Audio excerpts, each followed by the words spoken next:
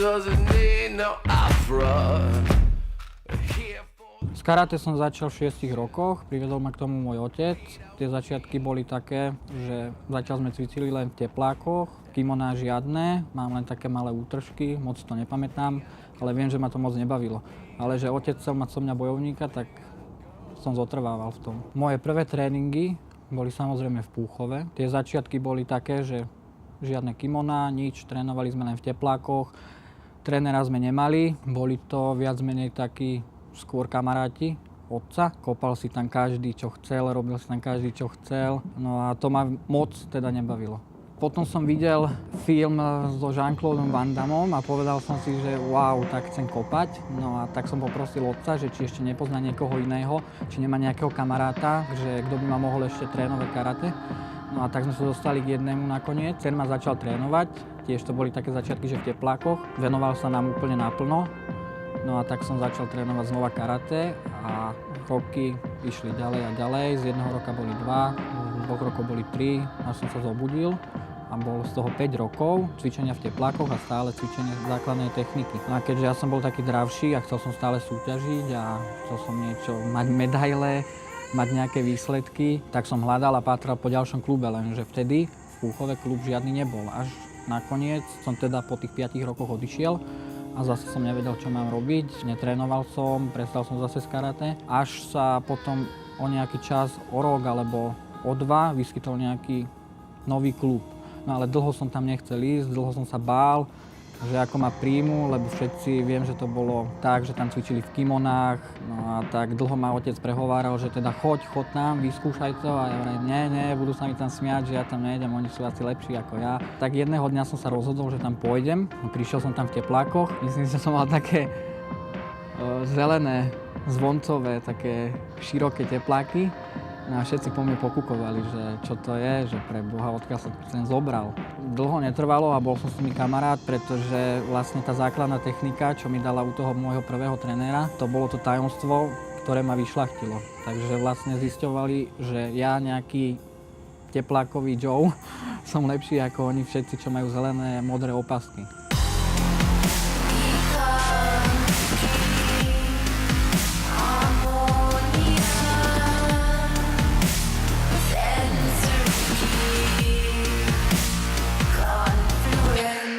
Až som popredoval som, tak vlastne tréner mi daroval také kimono, ktoré bolo priamo šité na Okinave. Strašne rýchlo ma páskovali, aby som mohol chodiť na súťaže, lebo podmienkou boli určité technické stupne, aby som mohol štartovať na súťaže. Prišla prvá súťaž, bolo to len nejaké prvé kolo pohára federácie alebo neviem čo. Musel som sa hlavne nominovať na majstrovstvá Slovenska v roku 2004. Prebiehali tie súťaže domáce stále dokola, až nakoniec som získal nejaké 2. alebo 3. miesto, už si to presne nepamätám. Hlavné bolo to, že som sa nominoval na tie majstrovstvá Slovenska v roku 2004. Všetci v klube mi držali palce, podporovali ma vtedy. Stal som sa vicemajstrom Slovenska. Tak som začal trénovať ešte intenzívnejšie. Samozrejmosťou bolo, že vlastne nominácia na rok 2005 na majstrovstvá Slovenska je automatická, tým pádom, že som skončil druhý. Trénoval som a mal som v hlave len prvenstvo, zlatú medailu a hotovo, nič ma nezaujímalo. Samozrejme v roku 2005 sa mi to konečne podarilo, vyhral som majstra Slovenska.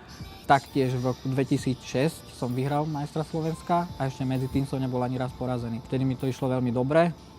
Myslím si, že som mal nejakých 18 rokov.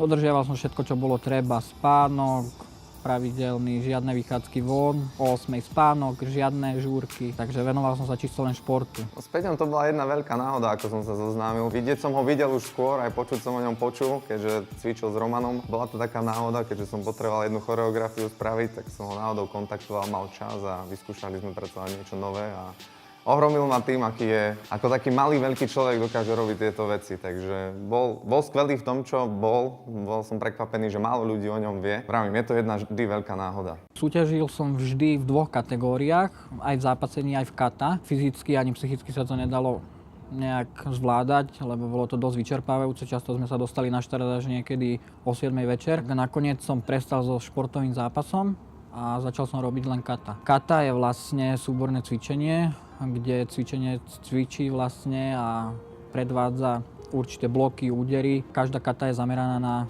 iné veci. Niektorá je zameraná na lámanie rúk, niektorá na lámanie kolien a také. Prišli nejaké zahraničné súťaže, myslím, že to bolo Taliansko vtedy a došlo echo teda vlastne od trénera, že mohol by som dostať nomináciu do Talianska na majstrovstvá sveta. Tak som sa strašne tešil, začal som trénovať ešte viac. No lenže 3 dní asi pred majstrovstvami sveta, ako som mal nomináciu, ma chytil slepák, takže musel som ísť do nemocnice. Pamätám si, že vtedy som ešte dokonca bol 3 dní doma a hovoril som, že nie, mama to prejde, nejdem do nemocnice, ja chcem ísť na majstrovstvá sveta. Lenže už bolo za 5:12, takže ma nakoniec brali hneď na operáciu. No a tak vlastne padli majstrovstvá sveta. Po operácii mi volal tréner, že nič sa nedeje, že ma chytilo takéto nešťastie pred majstrovstvami sveta, že bude u nás Európa a že tam by som mohol teoreticky štartovať. Lenže nikto ma tam vtedy nechcel pustiť, nikto ma nechcel pustiť ani na tréning do Bratislavy, že čo by som tam chcel robiť, však mám rozrezané brucho. To ešte nevedeli, že ja vlastne ešte s vývodom a s hadičkou bruchu už po tajme doma brúšakujem a chystám sa, že proste som si to zobral do hlavy, že jednoducho áno, chcem tam štartovať a budem tam štartovať. Tak som sa podľa toho aj choval. Viem, že vtedy som ešte po tajme brúšakoval v posteli, aby ma nevidela. Peťo sa mi ozval s tou podmienkou, že by chcel vlastne pomôcť do gymnastickej haly, že by chodil na nejakú prípravku, do zostavy sa naučiť nejaké veci. S tým, že bol zranený a či mu s tým viem pomôcť trošku, čo sa týka silovo aj kondične. A vzhľadom na to, že mi nikto neveril, že by som sa mohol dostať do formy, bola u mňa motivácia ešte väčšia, že som to chcel dokázať im aj sebe. Mama ma podporovala, samozrejme aj s otcom a hovorili, že samozrejme mali strach. Nakoniec som vyprosil môjho trénera, aby ma pustil na tréning do Bratislavy. Tak sa aj stalo a všetci boli milo prekvapení, že aké kondičke som. No a nakoniec som dostal teda nomináciu na majstrovstvá Európy. No a tam, čo sa stalo, skončil som druhý. Prekvapenie pre všetkých. Po striebornej medaili z Európy som si myslel, že všetko pôjde ešte len k lepšiemu.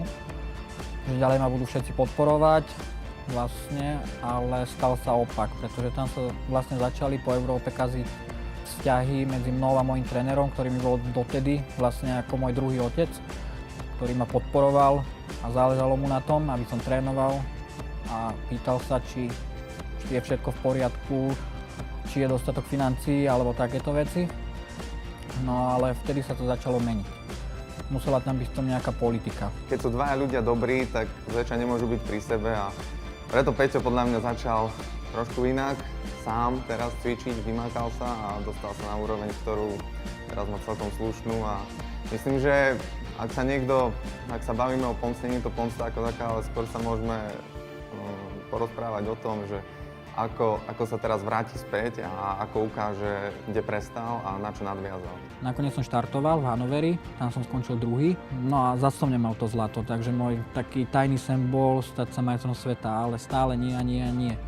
Potom prišla ďalšia ponuka, bolo to Bergamo, majstrovstvá sveta mužov, tam som skončil štvrtý, pretože už som si nebol sebou taký istý, nechápal som, čo sa deje, nebol som asi až tak moc dobre pripravený, ako som si myslel, ale jedna z chýb bola aj to, že vlastne stále nám sľubovali kategóriu, že už budeme štartovať, ale to je jedno, vlastne závodník si to má zariadiť. No a ja som si to zariadil asi zle, pretože som sa 4-krát alebo 5-krát rozcvičil a zatuhol a zatvrdol. Ja som si myslel, že idem naplno, ale pritom mi všetci povedali, že to 4. miesto je zaslúžené, lebo som bol vyplutý. Po Bergáme to bolo pre mňa také dosť veľké sklamanie. Trošku som sa asi aj opúšťal, trénoval som menej, no ale stále som čakal na nejakú nomináciu a čakal na tie práve majstrovstvá sveta, že kedy už konečne získam to zlato a budem konečne ten vysnívaný majster sveta.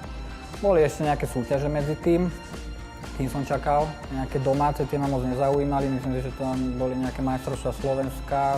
Tam som skončil tretí, potom druhý a takéto nejaké domáce súťaže.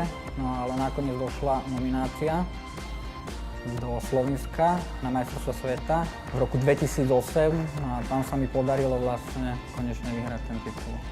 A potom následne, ako som titul vyhral, tak už vlastne nikto z reprezentácie o mňa nepočul a odišiel som kvôli vlastne politike, intrigám. To, že Peťo musel odísť alebo zrazu prestali sme ho vídať, znamenalo aj to, že niekto sa pokúsil ho dostať preč. Samozrejme, Peťo je silná osobnosť a Nemyslím si, že len tak niekto vie vyšachovať takéhoto skvelého hráča, takže osobne si myslím, že Peťo je na veľmi dobrej úrovni a čo sa týka flexibility a talentu má, myslím, že naviac ako niektorí, ktorí sa tu prezentujú viac navonok a sú možno úspešnejší. Žiaľ, peniaze dneska funguje celý svet na tom a je to veľký problém, preto je to úplne normálne a bežné, že človeka vedia behom chvíle odpísať len preto, že nemôže si niečo zaplatiť. A tí, čo samozrejme si to môžu zaplatiť, tak je to jednoduché a všetci sú na výslni. Dnes sa zase ukázalo, vlastne to, čo sa ukazovalo celý čas, že nikoho nezaujímam, pretože halu, ktorú sme mali dohodnutú, tak odtiaľ nás vyhodili a po všetkých tých vysvetľovačkách ich nezaujímalo, kto som, čo som, ani ochota, že by sme si halu prenajali alebo niečo také. Proste nás vyhodili, no našťastie sme zohnali halu, dobrú starú, Inter Bratislava, kde boli veľmi ochotní a pustili nás sem. A so slovami, že hlavne, aby sme im to tu nepodpálili, hlavne sa nebáli.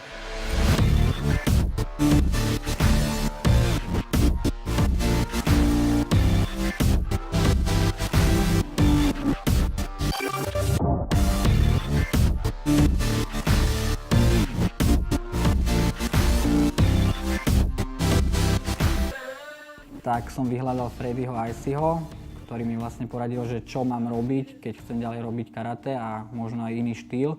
Tak ja som pôsobil niekoľko rokov v Slovenskej federácii karate ako reprezentant a chodil som na súťaže, na rôzne sústredenia a spoločné také celoslovenské tréningy, kde sme sa práve zoznámili s Peťom. To bolo celé pod vedením pána Klementisa, takého najznámejšieho slovenského karatistu a učiteľa. A vlastne Peťo podliehal v tom období takisto ako ja pod neho a na jeho tréningoch sme sa vydávali, stretávali a potom hlavne na tých rôznych súťažiach. Even while we sleep, we will find you acting on your best behavior. Turn your back on Mother Nature. Everybody wants to rule the world. Tak ja ho poznám ako človeka veľmi stižiadostivého a takého človeka, ktorý ide za tým svojím cieľom. Takže to sa mi na ňom vždy páčilo. A podľa mňa je veľmi talentovaný na karate a teda ten talent zúžitkoval tým, že naozaj fakt, že tvrdo trénoval. Pamätám si ho, že bol strašne zapálený, že sa strašne snažil a myslím, že to je jeho povahová črta, ktorá je aj v jeho osobnom živote. Takže v tom karate dosiahol určité dosť vysoké úspechy a verím, že určite aj vo svojom živote. To, kde som, sa celé odvíja len od toho, že vždy, keď som bol na dne, ma podporovali ľudia, ktorí pri mne stáli, verili mi. Či to bola moja mama, otec alebo kamaráti, tak nebolo ich veľa. Vždy bolo viacej tých neprajníkov, ale vďaka tomu som to ešte nezavesil na klinec len kvôli tým ľuďom, že mi ešte stále veria a dúfam, že to tak bude. Dúfam, že to tak ostane, pretože v takýchto športoch sa prejavuje hlavne politika, veľké peniaze a nie vždy platí, že ten prvý je pravý a nie vždy platí, že ten posledný je slabý. Poďakovať by som sa chcel naopak ľuďom, ktorí majú pre mňa pochopenie, stoja pri mne a stále to so mnou ešte ťahajú. Či už je to Boris, Freddy, Samo a ľudia, ktorí nám poskytli všetky priestory. No a ja im za to ďakujem.